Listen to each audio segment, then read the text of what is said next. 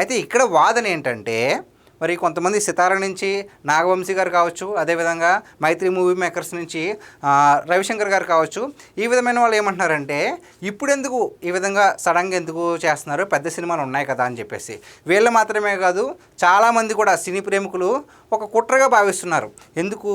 Present పెద్ద movie రిలీజ్కి రెడీగా ఉంది, ఇలాంటప్పుడు ఇది ఎందుకు తీసుకొస్తున్నారు అని చెప్పేసి ప్రజలు అభిప్రాయపడుతున్నారు, సినీ ప్రేమికులు కూడా అభిప్రాయపడుతున్నారు. అయితే ఇక్కడ ఎవరైతే ఈ ఎగ్జిబిటర్కి సంబంధించి శిరీష్ గారు ఉన్నారో, దిల్ రాజు గారి బ్రదరు, సో ఆయన ఏమంటున్నారు, ఇది ఎప్పటి నుంచో జరుగుతుంది, ఇది మాకేం కుట్రేం కాదు, సింగిల్ స్క్రీన్స్ మరి కొన్నే ఉన్నాయి, కొన్నాళ్ళ తర్వాత అవి కూడా పోతాయి, మల్టీప్లెక్స్లు అయిపోతాయి కనుక అవి కూడా పోతాయి, మాకు ఇక్కడ లాభాలు రావట్లేదు అని చెప్పేసి ఇప్పుడు అంటున్నారు. అయితే ఈ ఆలోచన ఉన్నప్పుడు, సింగిల్ స్క్రీన్ బతకాలి అనుకున్నప్పుడు ఎందుకు మీరు ఒకప్పుడు సింగిల్ స్క్రీన్స్ని మల్టీప్లెక్స్లుగా ఎందుకు మార్చుకున్నారు అనేది ఇక్కడ ప్రజల వాదన.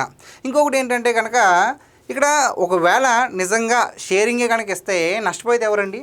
ప్రొడ్యూసర్స్. అందుకు నేను వీళ్ళు మాట్లాడుతున్నారు.